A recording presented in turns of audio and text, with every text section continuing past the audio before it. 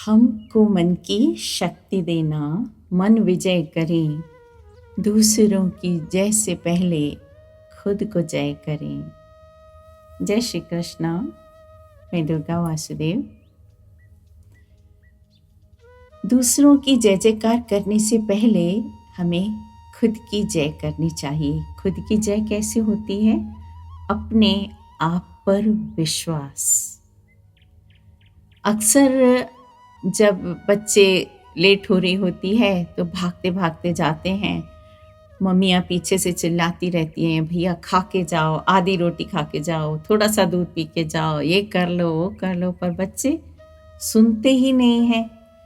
फिर अक्सर बड़े बोलते हैं, घर से निकलो खा के तो बाहर मिलेगा पका के, घर से निकलोगे भूखे तो बाहर मिलेंगे धक्के। पर बच्चों को समझ में थोड़ा नहीं आता है। मैं आपको ये बात इस तरह से याद दिला देती हूँ कि छोटी सी कहानी बताती हूँ, आपको ये बात हमेशा याद रहेगी। फिर एक बार क्या होता है, एक साधु मंडली होती है और वो अक्सर गृहस्थ घरों में जाते हैं और मांग कर लाते हैं और फिर इकट्ठे एक समय का भोजन करते हैं। ये उनकी दिनचर्या में था। यात्रा करते जाते हैं और जहाँ जहाँ उनको संभावना होती है थोड़ा लेके आते हैं और रूखी सूखी खा लेते हैं। एक बार उनका हुआ, सब मंडली में सबने तय किया कि आज हम खुद के हाथ का पका के खाएंगे। तो सब जो भी थे मांगने के लिए गए तो उन्होंने उस दिन कच्चा अनाज मांगा। तो किसी ने आटा दिया, किसी ने दाल दिया, किसी ने चावल दिए, किसी ने नमक मिर्ची हल्दी, सब थोड़ा थोड़ा जुगाड़ हो गया उनका। और जब ले आए तो सब कुछ था, दाल चावल सब्जी भी थी, तो नमक मिर्ची भी था, सब था। नहीं था तो केवल एक घी नहीं था। तो उनमें से एक ने बोला, रसोई जो बना सकते थे साधु, उन्होंने बोला कि भैया आप थोड़ा सा तो घी लाते, एक उंगली ही सही रोटी में लगाते, कुछ छोंक या तड़का लगाते सब्जी में, कैसे बनेगा खाना। तो एक साधु को ये जिम्मेदारी दी गई कि आप जाएं और मार्केट से किसी से घी लेके आएं।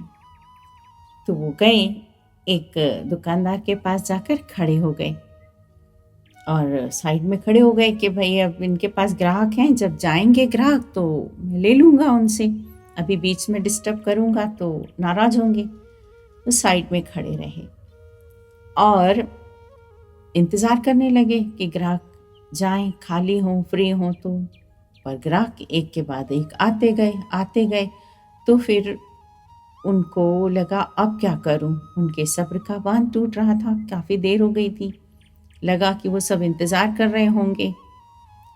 तो बीच में बोलते हैं कि भाई जी हम लोग साधु हैं और आज खुद रसोई बनाने का मन हुआ है, तो रसोई बनानी है, थोड़ा सा घी चाहिए।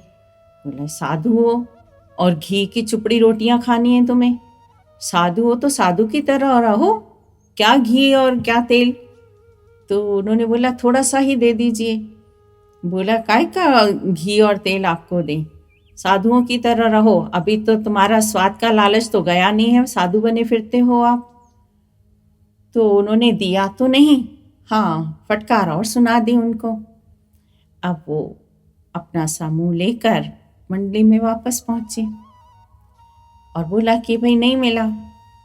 तब वहाँ एक और साधु निकले, उन्होंने बोला आप रुको, चिंता मत करो, मैं लेके आता हूँ। और वो गए, एक घर में गए, घर में दरवाज़ा नॉक किया, आवाज़ दी अलख निरंजन। तो अंदर से एक बच्चा आता है, दरवाज़ा खोलता है। बोला साधु को अंदर आने के लिए नहीं कहोगे? तो वो बच्चा साइड में हो जाता है और अंदर चले जाते हैं। अंदर एक बुजुर्ग बैठे हुए होते हैं, अखबार पढ़ रहे होते हैं। तो इन्होंने आवाज़ दी, आवाज़ कैसे दी, अलख निरंजन बोला और फिर और इस तरह से उनको अवगत कराया कोई आया है, आप अखबार हटाएं। तो उनने अखबार हटा के और उनको देखा। तो बोला आपके घर कोई साधु आया है, आपको इतना भी नहीं पता उनके सम्मान में खड़ा होना चाहिए? और चुपचाप से वो खड़े हो गए शर्मिंदा होते हुए। और फिर उन्होंने वो बैठ गए। जब वो बैठे तो वो भी सामने बैठे। आपका फ़र्ज़ बनता है आप साधु से पूछें कि हम आपके पास क्यों आए हैं।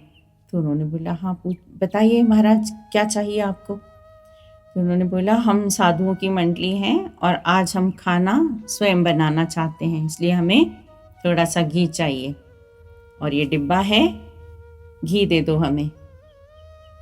तो उनके बोलने में इतना आत्मविश्वास था कि उनको वो हाँ ना कुछ नहीं कह पाए और डिब्बा चुपचाप से लिया और घर वालों को आदेश दिया कि इसमें 1 किलो घी डाल के ले आओ। और वो लेके आए और उनको साधु को दिया और वो उनको धन्यवाद देते हुए वहाँ से निकल गए।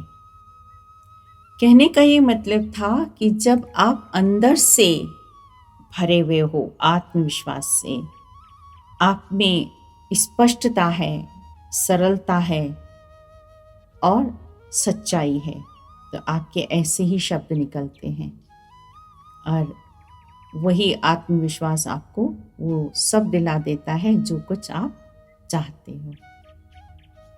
तो जो घर से कहते हैं ना कि घर से निकलो खा के तो बाहर मिलेगा पका के, और घर से निकलोगे भूखे तो बाहर मिलेंगे धक्के। यानी कि हम अपने आत्मविश्वास को घर पर छोड़कर ना जाएं। हर एक के लिए कोई न कोई मार्ग होता ही है। अगर दरवाजे बंद होते हैं तो खिड़कियां खुली हुई मिल जाती हैं।